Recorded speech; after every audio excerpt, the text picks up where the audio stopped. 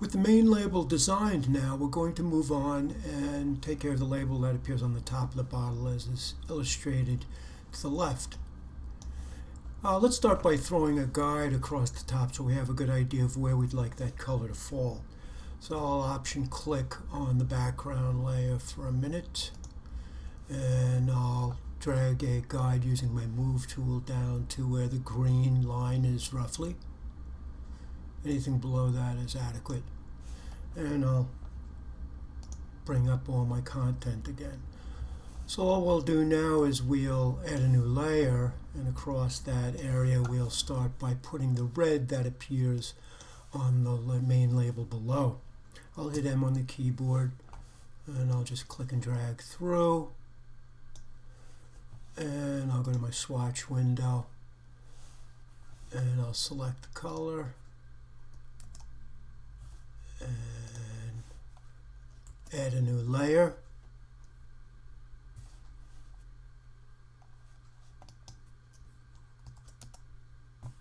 And fill it with the red. And I'd like to go and put the same inner glow on that to start, so I'll right click on the red part of our main label, copy layer style, right click on the layer that we've created and paste it. And I think I might want to back that off a bit. It's a bit severe, but first I'll name that layer top label. Double click on the word inner glow in the layer style, and well, I guess maybe I'll start reducing the size of this a bit. Maybe pull back on the noise a little. This is pretty subjective, and I'll click OK. Now if we were to look at the top of the bottle and the label that is on it, you'll see there's a bit of an ellipse attached to this straight content we created, and then part of that logo appears on the inside. So let's start by making that a little elliptical shape. So I'll hit M on the keyboard.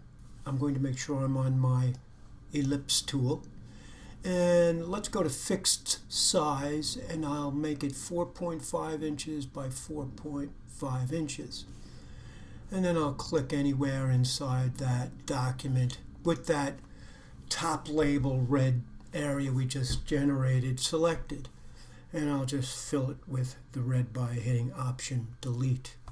Now I want to bring this and kind of center it, so I've got my guide set through the center. If you recall, we kind of dropped this in when we made the main label, and I'm just going to make sure that the vertical guide is in the center, and then I'm just going to do this by eye. Maybe a little less than half of the circle falls down below that red box shape we created.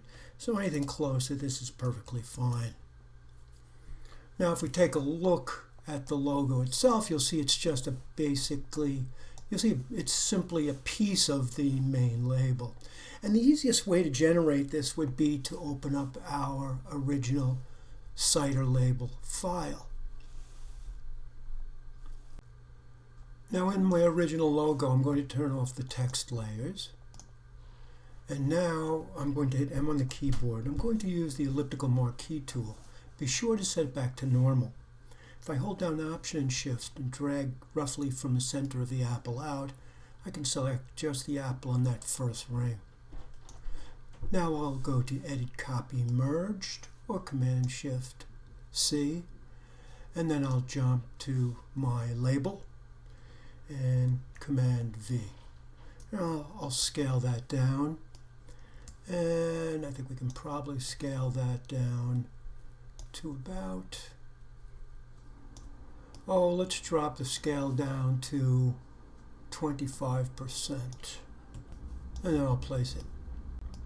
Our next step will be to place this new label on the bottle 3D virtual file. Once I've opened up the virtual file, I'm going to go to my layer window, and I'll go to beer bottle skin, and I'll double click on the file name, and now I'll select the label we just generated, Command A, Command Shift C to copy merged, and then Command Shift V to paste in place. And we should have something like this. And when I hit Command S to save, it will have updated on the bottle. Now, as you're working with this, you may want to keep the PSD of your original file up in case the label is not where you want it, because what we just did was we pasted a JPEG. All right, that's a done deal. These things cannot be moved on the bottle itself. So you may want to keep your PSD up as you do this so that you can fine-tune it if need be. Next, we'll start to generate the 2D ad from this file.